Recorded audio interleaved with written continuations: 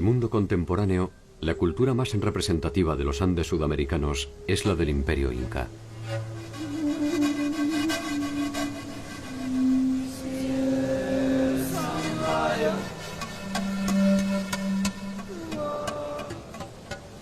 Sin embargo, la historia imperial de los incas representa apenas un siglo.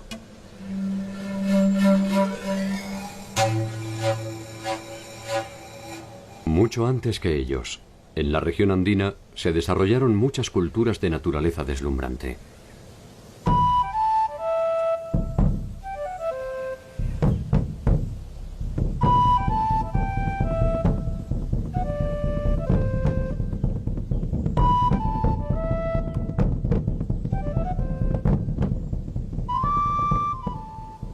Conocer este mundo preincaico es una aventura siempre inquietante.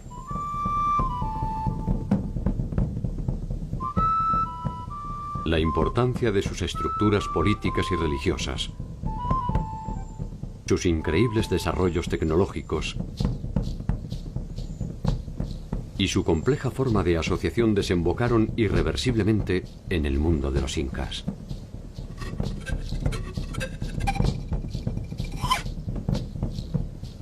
Ciudades milenarias, recintos funerarios escondidos, dioses latentes y sueños incumplidos se reproducen a lo largo y a lo ancho del territorio andino, como muestra de un modelo inédito de convivencia que puede proyectarse hasta nuestro presente.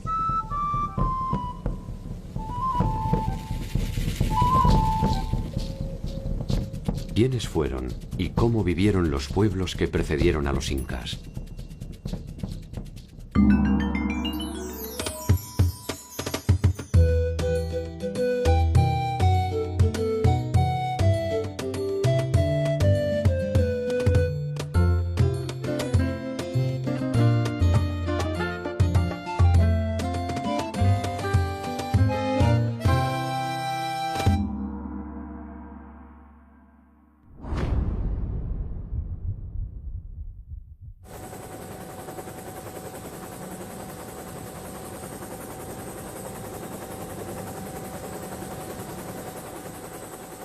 En el inicio de la invasión española al territorio del estado incaico, estos poseían un control hegemónico de su territorio desde la costa a la sierra y desde Colombia hasta Chile y Argentina.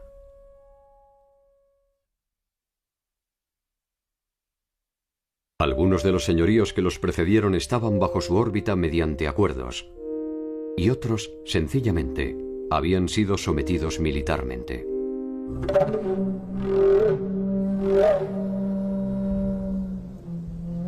El mundo andino, sin embargo, ya había conocido formas de organización imperial menos extensas, pero igualmente efectivas.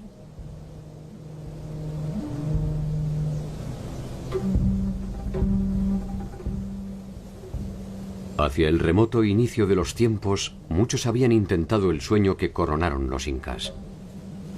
Un sueño milenario iniciado en un paisaje que era apenas algo menos que un desierto hostil.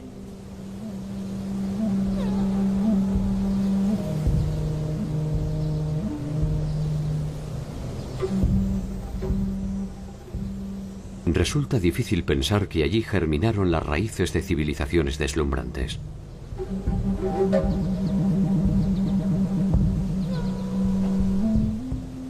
Allí nacieron los primeros dioses, las primeras leyes, los primeros desencuentros.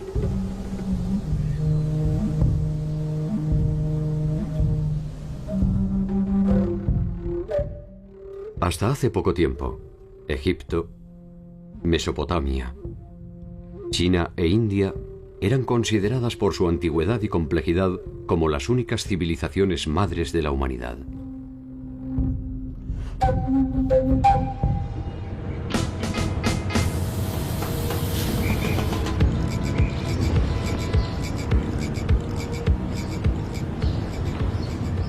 Sin embargo, más de 4000 años antes de la fundación de Cartago, 2000 años antes del reinado de Ramsés I y 1000 años antes de Hammurabi, existió en Perú un complejo político y cultural cuyo centro fue la ciudad sagrada de Caral.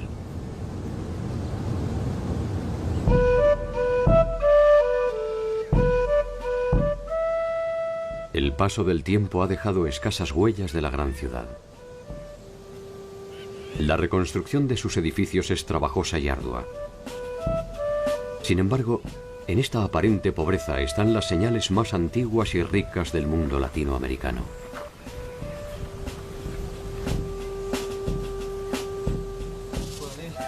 Entender qué nos dice este rastro de polvo es empezar a comprender la complejidad de nuestro tiempo.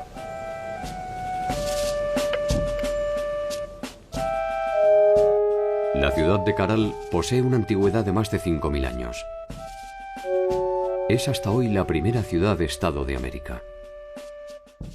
En ella se organizaron los intereses de los hombres en torno a reglas específicas y concretas de convivencia, que incluyeron el pensamiento religioso, la innovación tecnológica y científica y la estratificación social.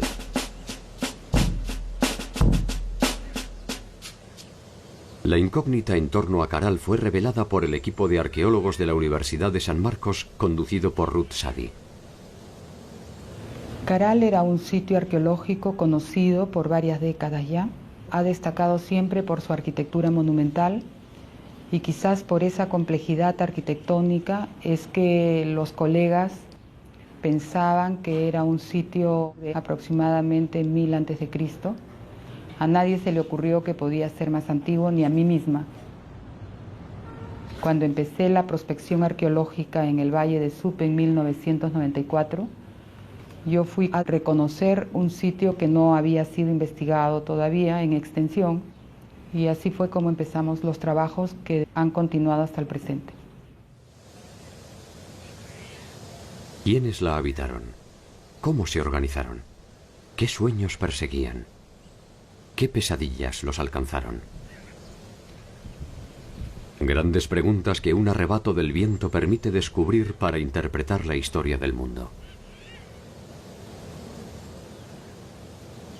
Caral representa la evidencia del fin del mundo primitivo y la consolidación de los patrones de acumulación que terminarán dividiendo a los que saben y a los que tienen de los que no. Por primera vez es un Estado porque hay un gobierno centralizado sobre un grupo social grande. Está dividido con autoridades menores, o sea, hay un sistema político que se genera por primera vez.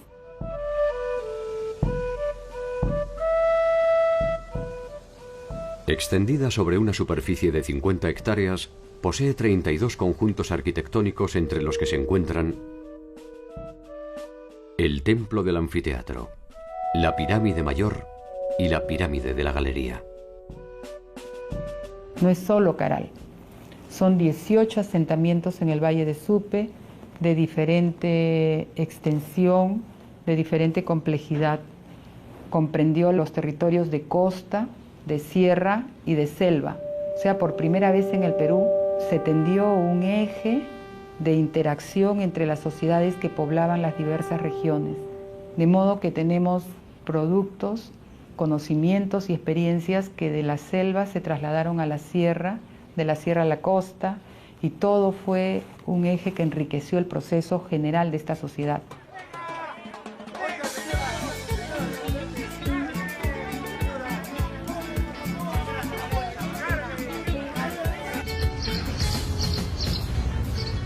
Esta primera experiencia de convivencia entre los distintos ecosistemas se proyectará en el tiempo. Así, cada uno de los grandes estados andinos establecerá esta relación armónica entre el mar y la sierra.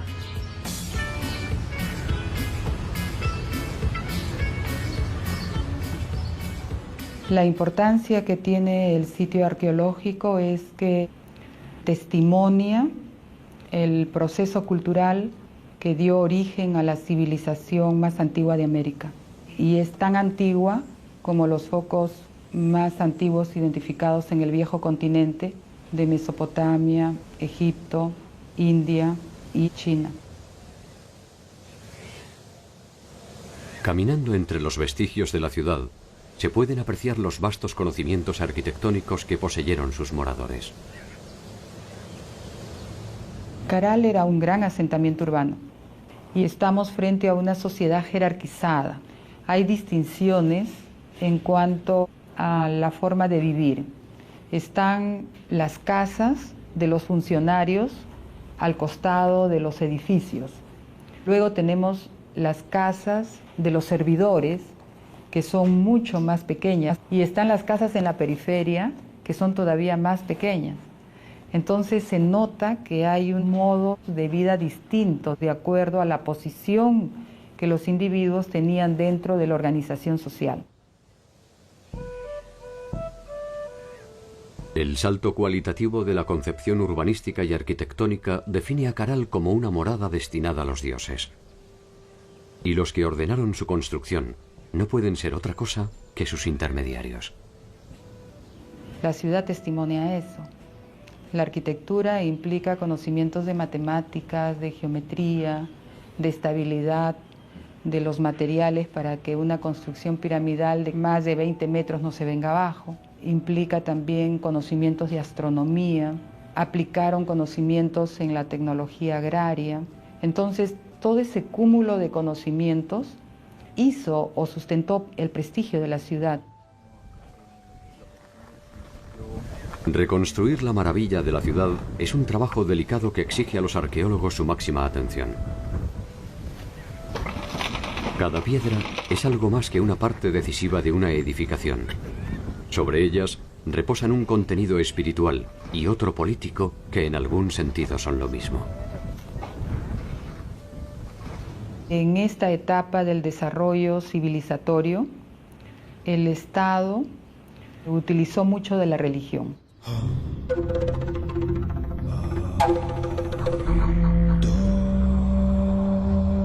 Es la religión la que sirvió para coercionar a la sociedad. Si no cumples con el trabajo que tienes que dar en tal fecha, a tal dios, entonces te va a ir mal. El miedo ha sido la herramienta sobre la cual se edificaron la mayor parte de las sociedades madres. Sin embargo, Caral ofrece una versión distintiva. La ciudad no posee indicios de presencia militar, ni siquiera de tipo defensivo. Quizás se pueda suponer que durante más de 1000 años, un grupo humano numeroso pudo convivir en armonía sin la violencia que resulta ser el signo dominante de la historia universal. Si esto fue posible, Caral no es solo un descubrimiento, también es una esperanza. El militarismo, al parecer, surge más adelante. En esta etapa primera del desarrollo de la sociedad, el Estado representa frente a los dioses a los hombres, sigue siendo humano. Posteriormente, con el señor de Zipán, el Estado o los gobernantes son divinos.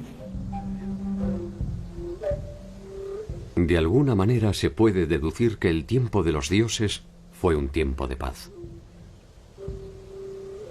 La hora de los hombres iniciaba su cuenta regresiva.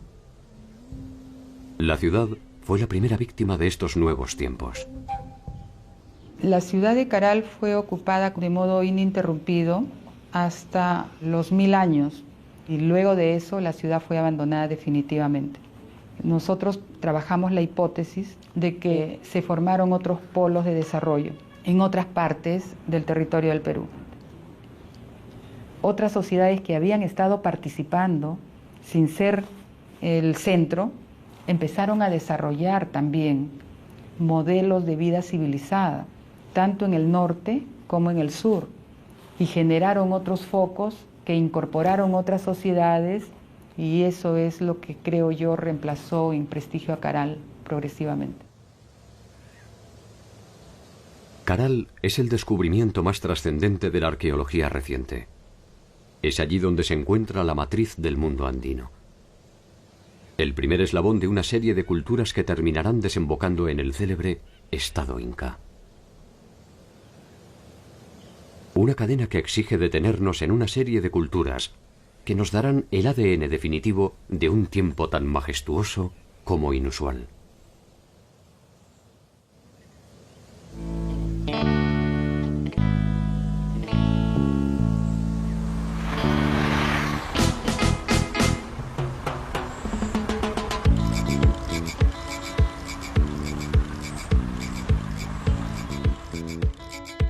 Entre el 1500 a.C. y el 500 de nuestra era, la más acabada representación de lo que se ha dado en llamar el primer horizonte cultural andino se encuentra en la ciudad de Chavín. Desde la Sierra Norte del Perú en la provincia de Huari y hasta más allá del territorio actual de Ecuador, la cultura chavín estableció su área de influencia y predominio.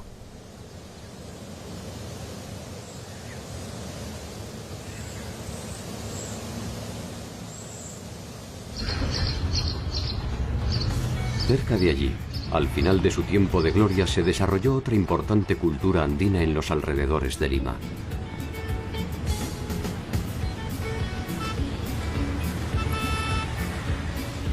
Lima es en la actualidad la capital del Perú.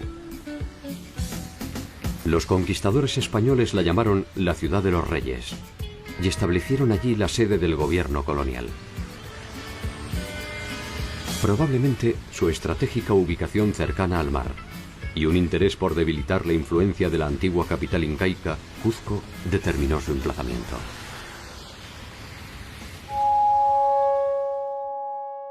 Entre el año 200 y el 700 de nuestra era, en torno a los valles limítrofes a los ríos Rímac, Chillón y Lurín, se desarrolló la cultura lima. Allí se combinaron los patrones clásicos de las sociedades andinas: la siembra, las obras hidráulicas, la construcción de caminos, el intercambio y la pesca. Muchos de los vestigios concretos y espirituales de los Lima se revelan hoy a orillas del mar en el adoratorio de Pachacamac. Pachacamac está vinculado con toda la mitología costeña y fue un centro de peregrinaje y de devoción muy importante.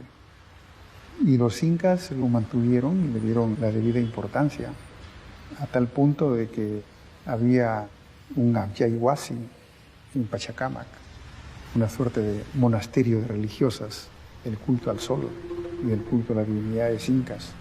Fue un centro religioso importante para ellos. Los incas entienden la trascendencia del adoratorio y lo incorporan como centro de peregrinación y no tardan en acordar con los curacas locales la construcción de nuevos edificios.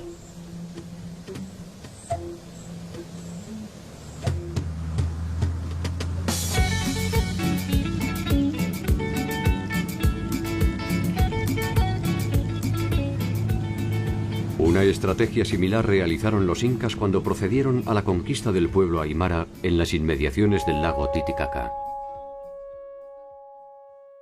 Para aquel entonces, el majestuoso centro ceremonial del Tiwanaku había sido abandonado.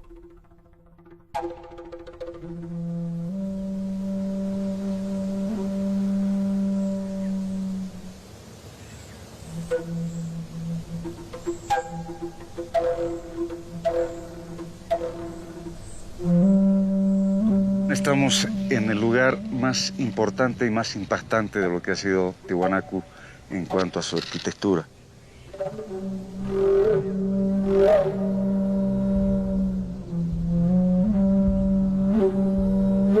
Tiwanaku es un conjunto de pueblos, un conjunto de grupos étnicos. En Tiwanaku se hablaba el quechua, se hablaba el aymara, se hablaba el puquina, se hablaba el chipaya, en fin, había una enorme cantidad de lenguas, así como pueblos. El lago Titicaca, ubicado a 3.850 metros sobre el nivel del mar, no era solamente un accidente geográfico. Era el símbolo de un imperio milenario en el que se sentaron las bases de la organización andina.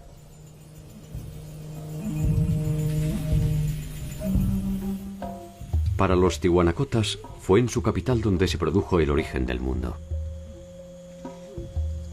El dios creador, Viracocha, emergió de las aguas del lago Titicaca y fue él quien colocó al sol, la luna y las estrellas en el cielo y quien envió a sus auxiliares a crear los animales y las plantas. Fue él quien talló en piedra a los hombres, les dio vida y los entregó al mundo.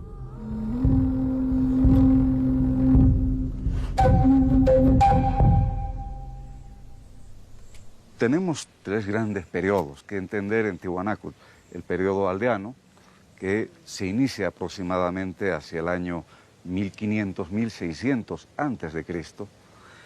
Este periodo aldeano va a perdurar hasta principios de nuestra era. A partir de principios de nuestra era, gracias a la consolidación del territorio, el aumento de la población, la diversificación en la producción, los nuevos sistemas agrícolas que se van realizando en Tiwanaku, el intercambio de productos, los excedentes, en fin, Tiwanaku se transforma en un estado. Es la época de las grandes construcciones, es la época donde hay ese predominio religioso.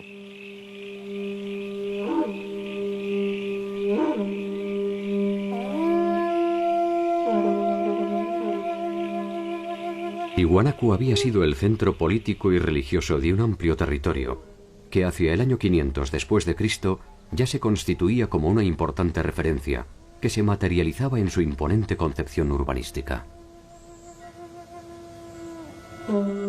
Los templos están relacionados con la parte de la cosmovisión andina. Muchos de ellos están jugando un papel relacionado con lo que son sus cultos, sus dioses, y sobre todo vamos a ver la importancia que tiene la astronomía en cada uno de estos templos, convirtiéndose en verdaderos calendarios que les están dando las fechas para las fiestas, como para también la época de la siembra. Las pirámides, las construcciones elevadas que están relacionadas al sol, la luna, las estrellas, los astros. También están los dioses del Acapacha, lo que son las construcciones al nivel del suelo, de piso, como el Acalasasaya. Y finalmente los templetes subterráneos, que están más vinculados a las divinidades de la fertilidad, la fecundidad. El templete semisubterráneo posee una planta cuadrangular delimitada con muros de arenisca roja que fueron sostenidos mediante 57 pilares. Sobre sus paredes se encuentran 157 cabezas enclavadas que representan una diversidad de etnias que resulta decididamente desconcertante.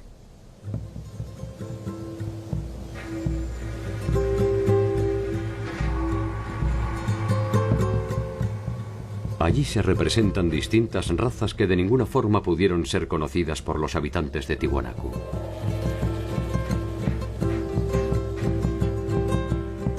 Muchas son las hipótesis a propósito de su significación.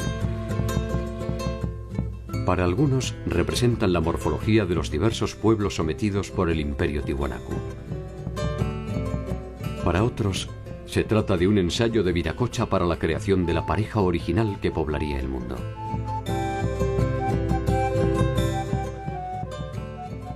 Los tiwanacotas proyectaron y realizaron obras monumentales, entre las cuales destaca la maravillosa Puerta del Sol, cuyo emplazamiento original es todavía un enigma.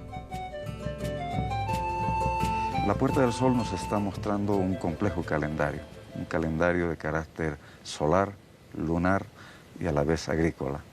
Los personajes alados están 15 a cada lado.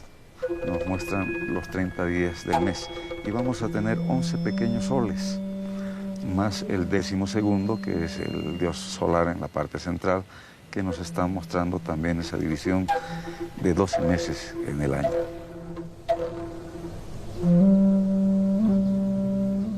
A 1000 metros del lugar se encuentra el área del Pumapunku, cuya estructura inicial fue elegida por los incas para sus ceremonias, banquetes y celebraciones.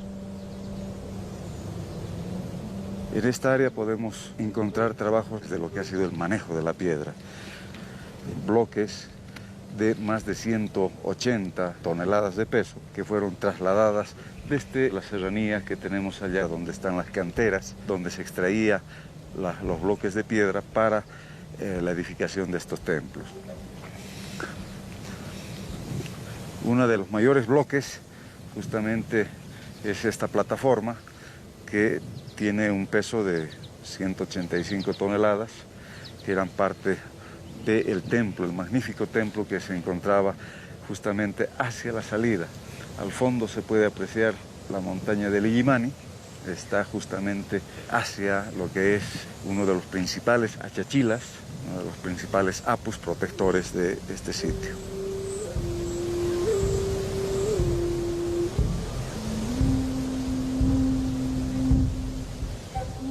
Tiwanaku tiene una gran importancia no solamente para el área del altiplano, sino también su importancia va a radicar en la influencia que ha tenido en el desarrollo cultural prehispánico en muchas culturas en gran parte de América.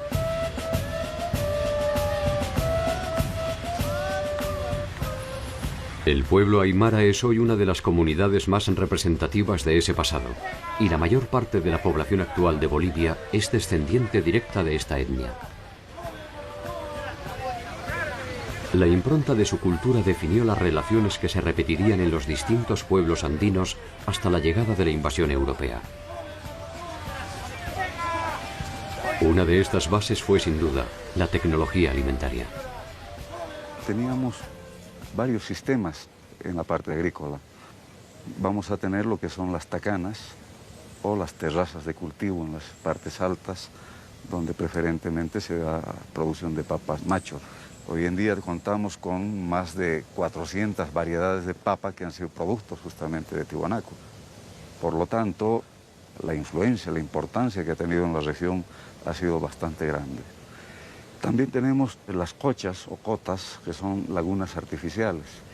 Solamente en este valle tenemos más de 400, que servían como acopio para el agua, tanto para la agricultura como para el pastoreo de los camélidos. Y la mayor tecnología de Tiwanaku es lo que constituyen los sucacollos, que son camellones irrigados mediante canales, donde podían ellos cultivar 3 o 4 veces al año. No solamente tenemos el desarrollo en la agricultura, sino también en lo que es el pastoreo, la crianza de camélidos.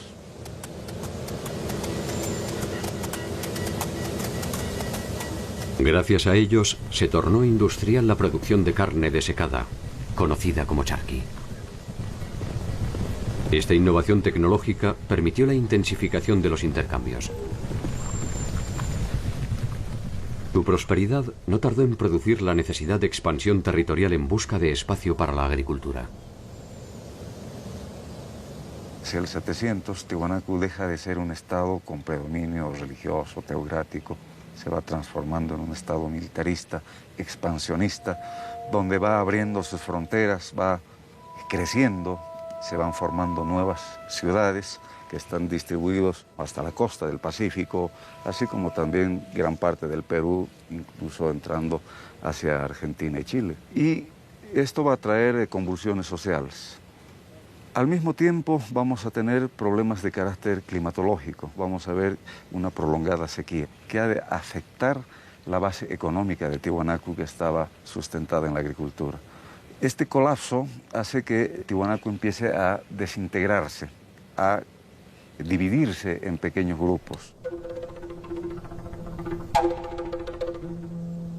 Hacia finales del primer milenio, como tantas otras ciudades andinas, Tiwanaku es abandonada. Había alcanzado más de 6 kilómetros cuadrados de extensión y llegó a tener más de 30.000 habitantes. Tiwanaku fue una sede importante que albergó al mismísimo Inca y se convirtió en una importante base operativa para sus conquistas hacia el sur territorial. Tiwanaku fue un centro productor de conocimientos y espiritualidad. La importancia de Tiwanaku trascendió su apogeo y su caída. Quedan por descifrar muchos eventos que aún carecen de nombre propio.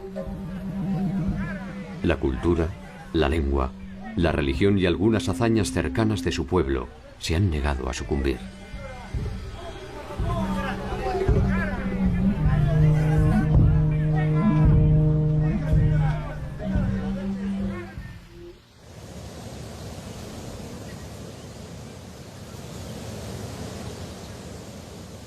Según la leyenda, la ciudad de Chanchan fue fundada por un mítico líder que habría llegado del mar.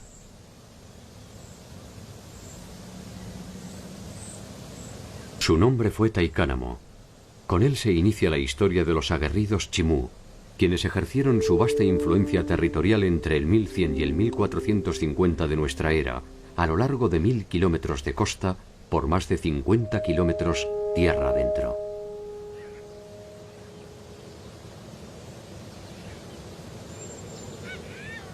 En Chan Chan llegaron a vivir más de 50.000 habitantes, y la armónica y serena belleza de la ciudad, con sus trabajados muros de barro, está aún en pie. Los chimús protegieron específicamente sus conquistas agrarias y no dudaron en ejercer su poderío militar para asegurarse el control de los cauces de agua que garantizaban la siembra.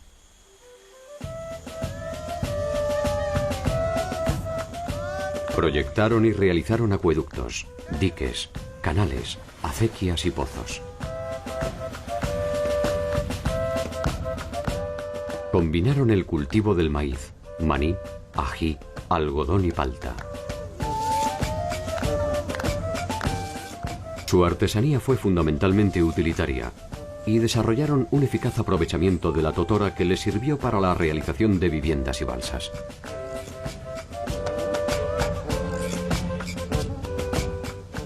Su tecnología marítima es visible aún en muchos pueblos de pescadores.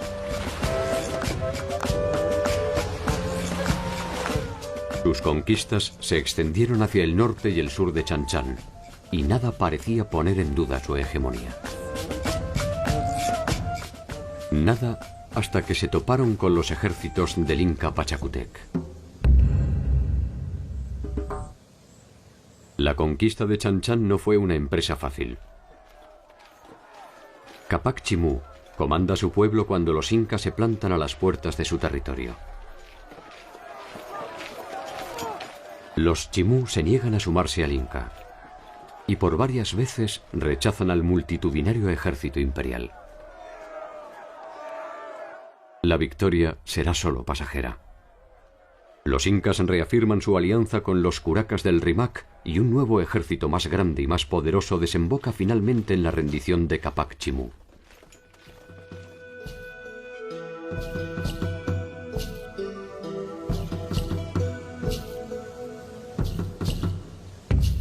Sus líderes son desterrados y sus tierras se reparten entre los aliados incas.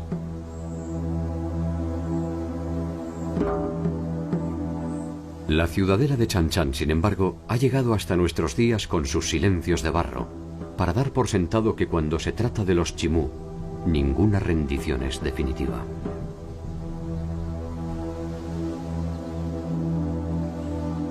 El control territorial y espiritual del mundo andino se mantuvo por más de 5.000 años asentado en diferentes pueblos. En el Valle de Supe, en Chavín, en Huari, en Tiwanaku, en Chan Chan y en Cuzco. Su organización estatal fue evolucionando hacia formas cada vez más complejas que sin embargo no abandonan los principios fundamentales que le dan cohesión. Cuanto más tiempo pasa, más andinos son.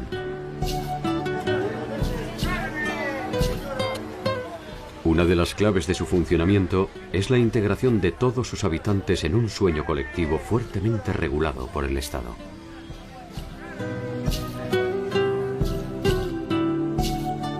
Uno de esos sueños, entre el año 100 y el 600 después de Cristo, se manifestó en una compleja y elevada organización sociopolítica identificada como cultura moche o mochica.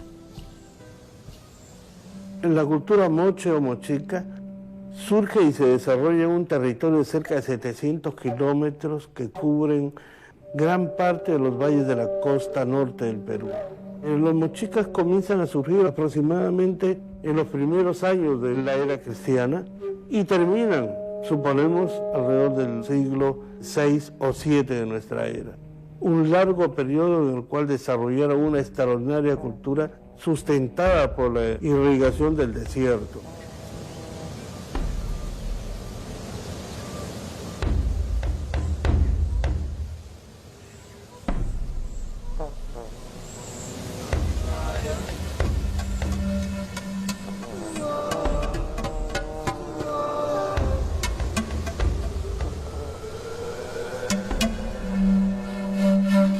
La conquista fue una de las formas mediante la cual se obtuvieron tierras, sirvientes, esclavos y riqueza.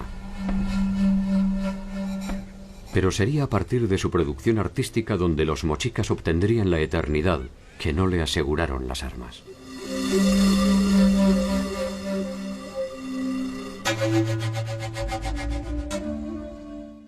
Sus trabajos de metalurgia constituyen una importante muestra de la capacidad tecnológica de los mochicas y poseen no solo una calidad formal inusual, también un carácter simbólico que nos permite establecer algunas consideraciones a propósito de sus formas de agrupación.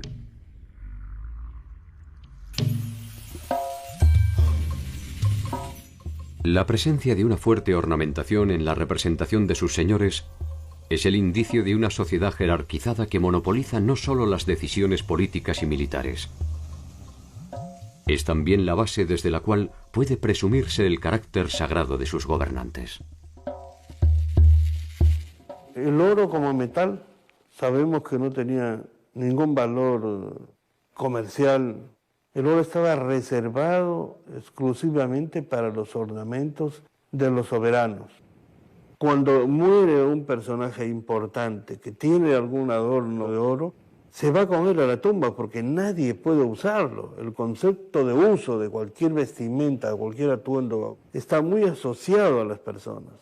Y además, estos ornamentos debían acompañarlo para la vida en el inframundo, donde tenía que seguir ejerciendo sus mismos roles y sus mismas funciones.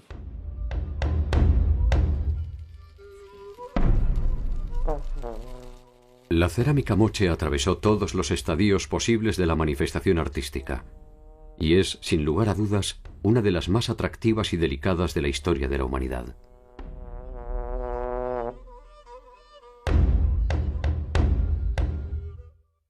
Desde los motivos abstractos primitivos hasta sus sofisticadas secuencias narrativas.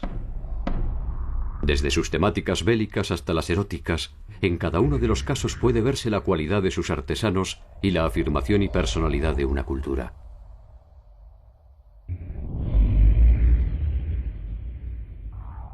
Sus cabezas modeladas poseen un grado de realismo, técnica, expresividad y sensibilidad que rara vez han logrado otros artistas quizás menos anónimos. Los mochicas fueron una sociedad cuya economía estaba basada en la agricultura, esencialmente. Fue un pueblo de agricultores del desierto. Ellos lograron la proeza de dominar el desierto, desarrollando una tecnología hidráulica que permitía desviar el curso de los ríos que bajan desde la montaña andina y usualmente se pierden en el mar, para llevarlos a las zonas secas donde no llega el agua, porque la costa norte del Perú es una región desértica. Ellos lograron desarrollar un sistema de irrigación extraordinario que incluso hoy los peruanos en esta región no podemos superarlo. En su territorio dan cuenta hoy de su grandeza dos obras monumentales, la Huaca del Sol y la Huaca de la Luna. La Huaca del Sol mide 18 metros de altura y su base rectangular tiene una extensión de 136 por 228 metros. Esta construcción piramidal es probablemente la edificación más imponente del Perú. Su significación se completa con otra huaca de menor tamaño, pero igualmente sugestiva. La Huaca de la Luna. Estas huacas son sin lugar a dudas el resultado de un trabajo comunal, probablemente alguno de los tantos servicios de la reciprocidad que exigían sus gobernantes y nos dan a entender la importancia de este centro ceremonial.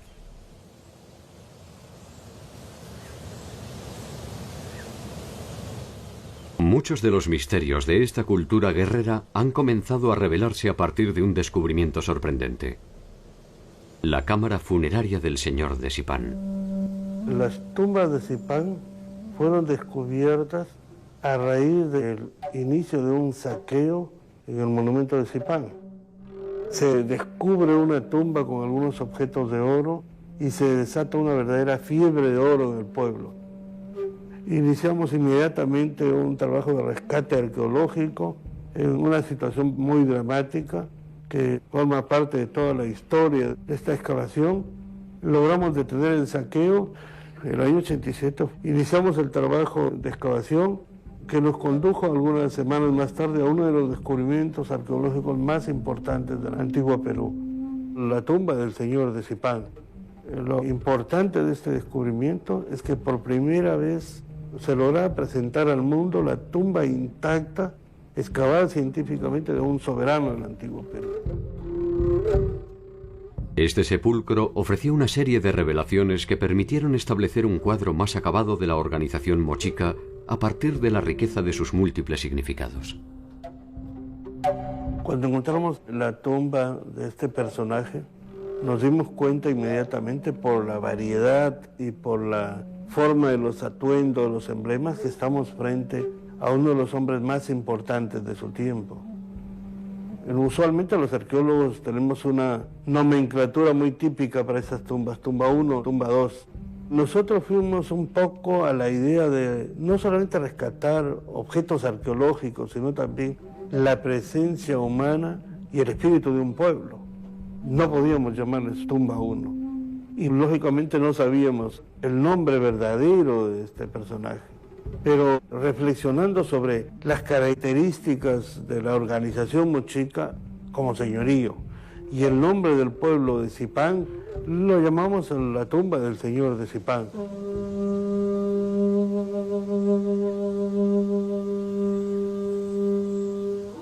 Se trata de un recinto abierto con paredes de adobe que mide 5 metros por 5. En el centro se ubicaba el ataúd del señor de Zipán, confeccionado en madera y envuelto con sus atuendos e insignias de mando. A ambos lados se encontraban los enterramientos de 2 acompañantes varones. Uno de ellos, ubicado en la misma posición que el señor de Zipán, sería presumiblemente un jefe militar.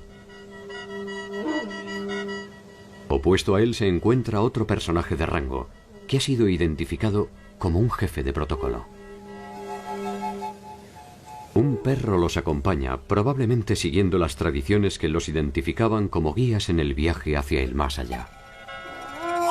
La parte central de la cámara funeraria era el ataúd conteniendo el ajuar del señor de Zipán, que envolvía el cuerpo del señor al momento de su muerte. Este ajuar estaba compuesto por un conjunto maravilloso y extraordinario de ornamentos de oro, plata, cobre y cobre dorado, vestimentas, atuendos. La mayor parte de ellos son emblemas de rango. En la esquina suroeste de la cámara se encontraba un niño de aproximadamente 10 años, el techo, y sobre el techo el guardián que cuidaba la tumba. Y el guardián tenía los pies amputados como una señal simbólica de que no debía abandonar su puesto de vigilancia para la eternidad. Finalmente, el último acompañante estaba colocado en una de las paredes en posición sedente, como un vigía, custodiando la cámara de su señor. Este conjunto de acompañantes probablemente fueron parte de su séquito real, que tenían la obligación de acompañarlo en su muerte. La disposición de los cuerpos y el hallazgo de más de 200 vasijas escultóricas que representan personajes de importancia definen la noción de la muerte como un viaje hacia la eternidad en la cual el noble es acompañado por un séquito que ha sido sacrificado a tal efecto.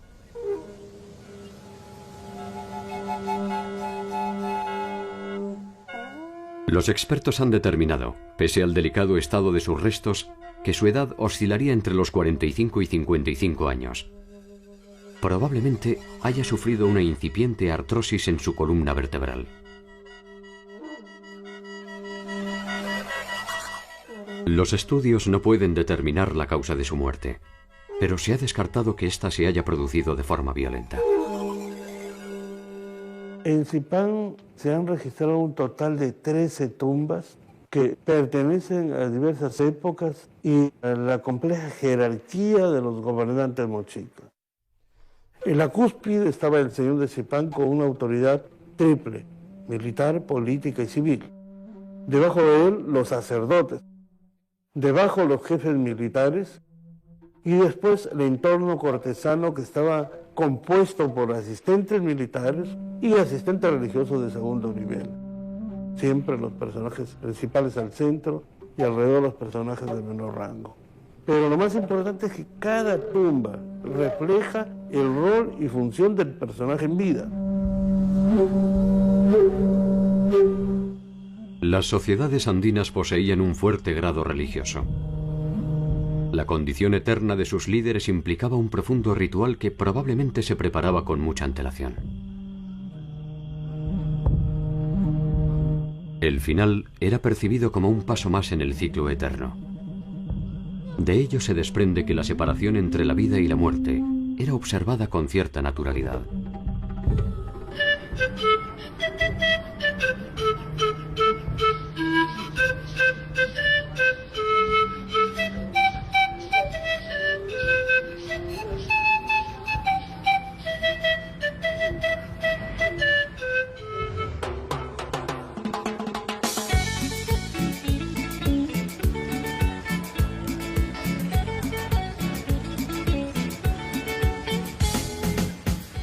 La vida y la muerte, los dioses y los hombres, la siembra y la cosecha. La dualidad del ser andino permite explicar el mundo mediante opuestos que forman una sola entidad. La maravilla de los Andes no reside en los extraordinarios conocimientos de navegación de los chinchas, ni en las deslumbrantes huacas del sol y de la luna. Tampoco en la religiosidad de los pueblos del Valle de Lima, ni en las increíbles obras de ingeniería hidráulica de los nazcas. La maravilla de los Andes debería buscarse en la capacidad para preservar su espacio vital y su subsistencia más allá de cruentos enfrentamientos y profundos procesos de cambio.